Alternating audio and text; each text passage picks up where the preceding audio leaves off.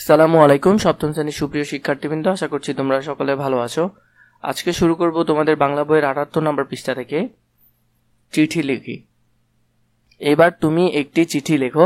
চিঠি কাকে লিখবে এবং কোন বিষয়ে লিখবে আগে ভেবে নাও।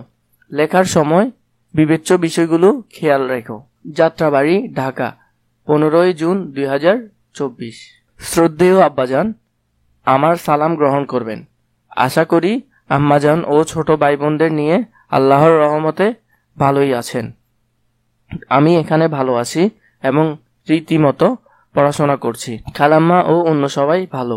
পরসংবাদ হলো, গতকাল আমাদের মাদ্রাসায় স্যার ইংরেজি ও বাংলা ব্যাকরণ বইয়ের নাম দিয়েছেন এবং এই বই দুটি জরুরি ভিত্তিতে কিনতে বলেছেন। আমার একটা জামাও তৈরি করা দরকার।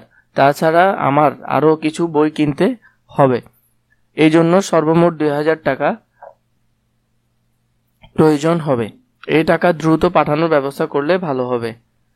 পরিশেষে আম্মাকে আমার সালাম জানাবেন, বাড়ির খবরাখবর জানিয়ে চিঠি লিখবেন, আমার জন্য দোয়া করবেন। ইতি আপনার স্নেহের দীপু আহমেদ।